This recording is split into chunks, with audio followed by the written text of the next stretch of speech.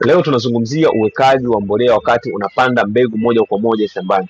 Kuna mazao huwa hayapandwi kitaluni, yenyewe yanapandwa moja kwa moja shambani. Mazao hayo ni kama mahindi, alizeti, karanga, tikiti, kunde. Ni moja ya mazao yanayopandwa moja kwa moja shambani bila kupitia kitaluni. Mazao haya yanahitaji chakula cha mapema sana, kuanzia siku ya kwanza unapoanza kuyapanda na siku anapoanza kuota.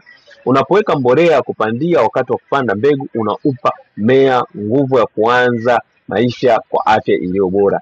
Iko hivi mkulima, mbolea ya mboji yenyewe husaidia kuimarisha rutuba ya udongo, kuboresha muundo wa udongo na kuongeza uhai kwenye udongo. Lakini mboji peke yake haiwezi kutoa virutubisho vinavyohitajika kwa haraka kwa miche midogo.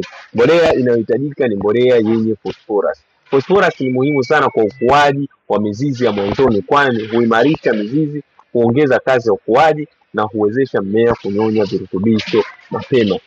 Hivyo mkulima, ni vizuri ukachanganya mbolea ya mboji na mbolea zenye phosphorus ili udongo wako uwe na afya na pia mche upate chakula chake kwa haraka na maendeleo ya mizizi.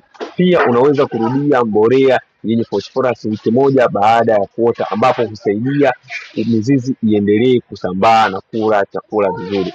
Utofauti kati ya mmea uliowekwa mbolea wakati wa kupanda na usiowekwa mbolea wakati wa kupanda: wenyewe uliowekwa mbolea ukua na afya njema, kijani kibichi, na huanza kukua kwa haraka, huku wenyewe ambao haukuwekwa mbolea wenyewe hukua taratibu na unakuwa hauna afya nzuri. Hiyo ndio umuhimu wa kuweka mbolea kwa mimea ambayo inapandwa moja kwa moja shambani. Karibu Shombi Investment, ujipatie kile kilicho bora zaidi. Karibu sana.